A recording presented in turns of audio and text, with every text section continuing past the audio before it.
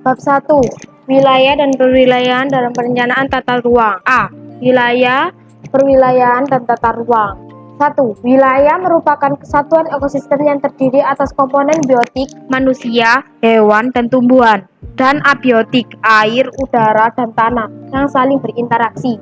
Dalam ilmu geografi, wilayah dapat dibedakan menjadi dua macam, yaitu wilayah formal, uniform region, yaitu suatu wilayah yang dibentuk oleh adanya kesamaan ketampakan homogenitas. Misalnya, ketampakan kesamaan dalam hal fisik, muka bumi, iklim, vegetasi, tanah, bentuk lahan, dan penggunaan lahan dalam wilayah tersebut, baik secara terpisah maupun berupa gabungan dari berbagai aspek. Yang kedua, wilayah fungsional, nodal region, yaitu wilayah yang dicirikan oleh adanya kegiatan yang saling berhubungan antara beberapa pusat kegiatan secara fungsional.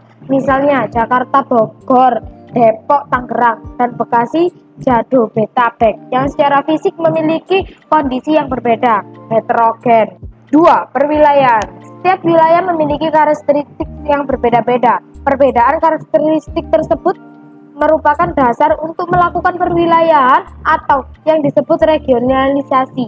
Perwilayahan merupakan penentuan suatu wilayah dan menarik batas berdasar variabel atau kriteria tertentu, baik secara kuantitas maupun kualitas. Hal ini bertujuan untuk mendapatkan informasi yang tepat seperti yang dibutuhkan atau sesuai kepentingan. Ada tiga kriteria perwilayahan dengan ciri sebagai berikut. Yang pertama, perwilayahan berciri tunggal, single topic region. Yang kedua, perwilayahan berciri majemuk, multi topic region. Yang ketiga, perwilayahan berciri keseluruhan, total region. Tujuan pembentukan perwilayahan: mengurutkan keanekaragaman permukaan bumi, menyederhanakan informasi, C. memantau perubahan.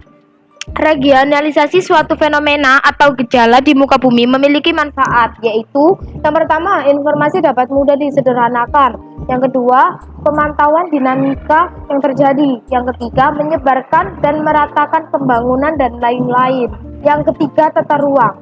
Tata ruang adalah wujud struktur ruang dan pola ruang. Adapun penataan ruang adalah suatu sistem perencanaan tata ruang, pemanfaatan ruang, dan pengendalian pemanfaatan ruang. Tujuan penyelenggaraan penataan ruang yaitu mewujudkan ruang nasional yang aman, nyaman, produktif. Yang kedua, berkelanjutan berlandaskan wawasan Nusantara dan ketahanan nasional. Fungsi tata ruang kota adalah acuan dalam penyusunan RPJPD. Yang kedua, dalam pemanfaatan ruang. Yang ketiga, acuan lokasi investasi. Yang keempat, acuan dalam administrasi pertahanan. Manfaat tata ruang bagi pembangunan yaitu meningkatkan kepercayaan investor. Yang kedua, menjaga iklim investasi. Yang ketiga, mengakomodasi kebutuhan penduduk, mencegah resiko kerusakan lingkungan. B. Pertumbuhan wilayah di Indonesia. 1. Pusat pertumbuhan di Indonesia.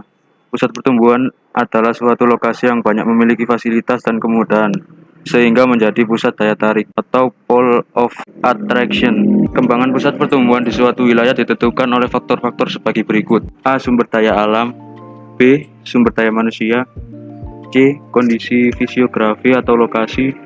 D. Fasilitas penunjang. 2. Teori pusat pertumbuhan. A. Teori tempat sentral atau central place theory. Terdapat 3 hierarki tempat yang sentral, dapat dibedakan sebagai berikut.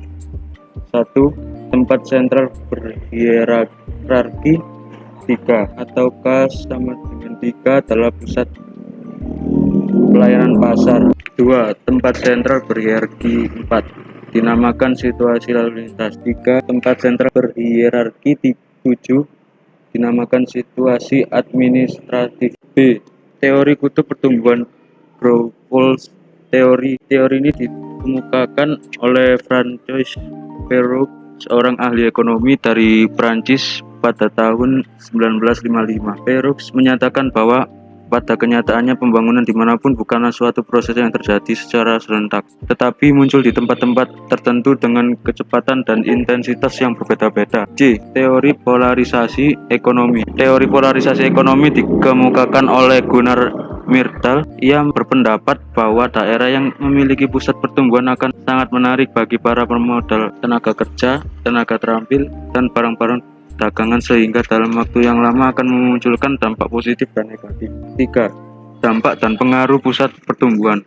Dampak positif dari pertumbuhan penduduk antara lain terciptanya peluang kerja, meningkatnya pendapatan, majunya teknologi, lengkapnya fasilitas layanan, dan terciptanya kesempatan kerja.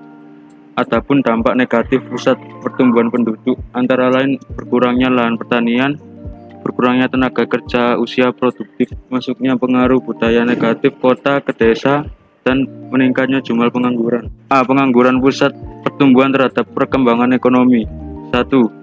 Terjadinya peluang kerja di berbagai sektor yang relatif terbuka. 2. Bertambah padatnya jumlah penduduk di wilayah tersebut. 3. Sektor-sektor ekonomi yang bersifat non-formal dapat ditempuh dan berkembang pesat seiring bertambahnya penduduk. B. Pengaruh pusat pertumbuhan terhadap perubahan sosial budaya masyarakat. 1. Terbukanya arus-arus informasi dan komunikasi. 2. Melatih masyarakat untuk mengatur waktu, disiplin, dan bersikap hemat. 3. Terbukanya lapangan pekerjaan yang banyak dan luas. 4. Interaksi antar wilayah pertumbuhan. Pusat pertumbuhan dapat mempengaruhi wilayah di sekitarnya, karena wilayah pusat pertumbuhan memiliki daya tarik untuk menawarkan berbagai jenis barang dan jasa. Hal ini dapat menimbulkan interaksi antar wilayah. Interaksi antar wilayah pertumbuhan dapat dilihat dari 3 aspek sebagai berikut. Aspek ekonomi, aspek sosial, aspek budaya. 5. Daya dukung pertumbuhan wilayah. Daya dukung wilayah atau carrying capacity merupakan daya tampung maksimum wilayah yang mampu mendukung kehidupan manusia. Daya tampung tersebut mencakup populasi manusia yang mampu didukung secara optimal tanpa merusak lingkungan. Daya dukung meliputi 2 komponen, yaitu kapasitas penyediaannya atau supportive capacity dan kapasitas bertampung atau assimilative capacity.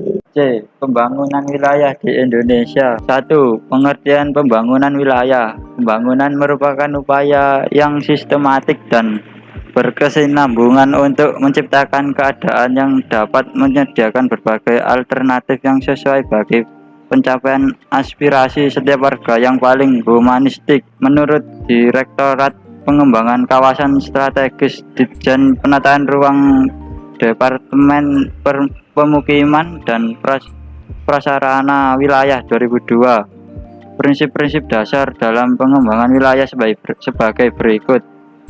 A. Pengembangan wilayah memerlukan upaya kerjasama pengembangan antar daerah dan menjadi persyaratan utama bagi keberhasilan pengembangan wilayah. B. Pola pengembangan wilayah bersifat integral yang merupakan integrasi dari daerah-daerah yang tercakup dalam wilayah melalui pendekatan kesetaraan. C. Dalam pengembangan wilayah, mekanisme pasar harus menjadi persyaratan bagi perencanaan pengembangan kawasan. 2. Wilayah pembangunan di Indonesia bersamaan dengan pengembangan kota-kota pusat pertumbuhan nasional. Wilayah pembangunan utama di Indonesia dibagi menjadi 4 region utama sebagai berikut. A. Wilayah pembangunan utama A dengan pusat pertumbuhan utama adalah Medan. B. Wilayah pembangunan utama B dengan pusat pertumbuhan utama adalah Jakarta.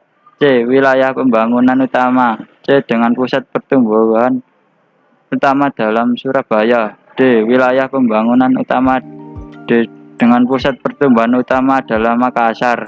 Nah, selanjutnya yaitu poin D, perencanaan tata ruang di Indonesia. Perencanaan tata ruang wilayah, perencanaan wilayah dalam mengetahui dan menganalisis kondisi saat ini, meramalkan perkembangan berbagai faktor non-controllable yang relevan, memperkirakan dapat faktor-faktor pembatas, menetapkan tujuan dan sasaran yang diperkirakan dapat dicapai, menetapkan langkah-langkah untuk mencapai tujuan tersebut, serta menetapkan lokasi dari berbagai kegiatan yang akan dilaksanakan untuk mencapai tujuan atau sasaran tersebut. A. Tujuan dan manfaat perencanaan tata ruang wilayah. Pertama, tujuannya yaitu menghasilkan rencana yang menetapkan lokasi dari berbagai kegiatan yang direncanakan, baik oleh pihak pemerintah maupun swasta. Nah, untuk yang manfaat dari perencanaan wilayah yaitu sebagai berikut. Pertama, lokasi itu dapat dipergunakan untuk berbagai kegiatan. Yang kedua, sebagai bahan acuan bagi pemerintah untuk mengendalikan atau mengawasi arah pertumbuhan kegiatan ekonomi dan penggunaan lahan. 3. dapat membantu atau memandu para pelaku ekonomi untuk memilih kegiatan yang perlu dikembangkan pada masa yang akan datang dan lokasi kegiatan itu masih diizinkan. Selanjutnya yaitu B. Jenis-jenis perencanaan awal. Di Indonesia dikenal beberapa jenis perencanaan wilayah, yaitu pertama, top-down and bottom-up planning. Perencanaan top-down and bottom-up planning adalah kewenangan utama dalam perencanaan berada pada institusi lebih tinggi. Yang kedua, vertical and horizontal planning, yaitu perencanaan yang lebih mengutamakan koordinasi antar berbagai jenjang pada sektor yang sama. Yang ketiga, yaitu perencanaan yang melibatkan masyarakat secara langsung dan yang tidak melibatkan masyarakat. Yaitu perencanaan yang melibatkan masyarakat adalah apabila masyarakat dilibatkan dalam perencanaan suatu wilayah. Selanjutnya yaitu nomor 2, perencanaan tata ruang nasional. Wilayah nasional ada seluruh wilayah negara kesatuan Republik Indonesia yang meliputi ruang darat, laut, dan udara, termasuk ruang di dalam bumi berdasarkan peraturan perundang-undangan. Yang A, yaitu tujuan rencana tata ruang wilayah nasional atau RTRWN yang bertujuan untuk mewujudkan ruang wilayah nasional yang aman, nyaman, produktif, dan berkelanjutan. Yang B, yaitu rencana struktur ruang wilayah nasional. Struktur ruang adalah susunan pusat-pusat, permukiman, serta sistem jaringan prasarana dan sarana yang berfungsi sebagai pendukung kegiatan sosial ekonomi masyarakat yang secara hierarki memiliki hubungan fungsional. Rencana tata ruang wilayah nasional menjadi pedoman untuk A. Penyusunan rencana pembangunan jangka panjang nasional, penyusunan rencana pembangunan jangka menengah nasional, dan juga penataan ruang kawasan strategis nasional. 3. Perencanaan tata ruang provinsi. Rencana umum tata ruang provinsi adalah rencana kebijakan operasional dari optimalisasi rencana tata ruang wilayah nasional (RTRW) yang berisi strategi pengembangan wilayah provinsi melalui pemanfaatan sumber daya, sinkronisasi pengembangan sektor, koordinasi lintas wilayah kabupaten atau kota, dan sektor, serta pembagian peran dan fungsi kabupaten atau kota di dalam pengembangan wilayah secara keseluruhan. Rencana tata ruang wilayah provinsi memuat A. Tujuan, kebijakan dan strategi penataan ruang wilayah provinsi. B. Rencana pola ruang wilayah provinsi yang meliputi kawasan lindung dan kawasan. C. Rencana pola ruang wilayah provinsi yang meliputi kawasan lindung dan kawasan budidaya yang memiliki nilai strategis provinsi. Rencana tata ruang wilayah provinsi menjadi pedoman untuk A. Penyusunan rencana pembangunan jangka panjang daerah. B. Penyusunan rencana pembangunan jangka menengah daerah. C. Penetapan lokasi dan fungsi ruang untuk investasi. D. Penataan ruang kawasan strategis provinsi dan penataan ruang wilayah kabupaten atau kota. 4.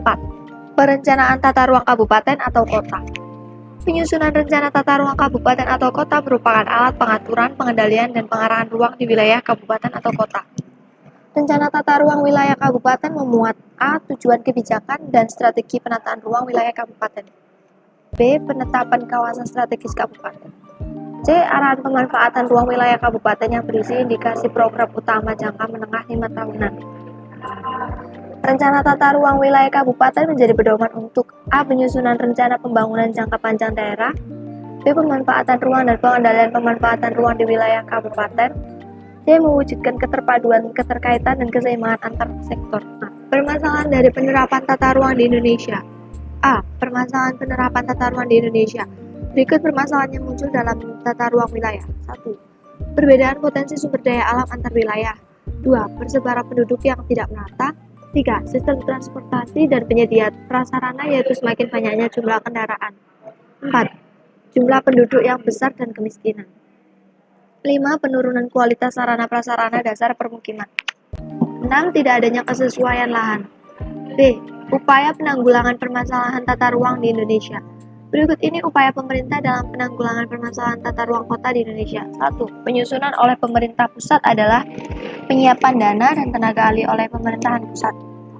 Dalam pelaksanaannya melibatkan pemerintah daerah secara intensif dan berbagai stakeholders terkait lainnya. 2. Kerjasama pendanaan dilakukan bila pemerintah daerah memiliki keterbatasan dalam hal pendanaan, namun telah memiliki sumber daya manusia yang cukup di bidang penataan ruang sehingga bantuan teknis yang dibutuhkan dari pemerintah pusat berupa kerjasama pendanaan. Thank you for watching.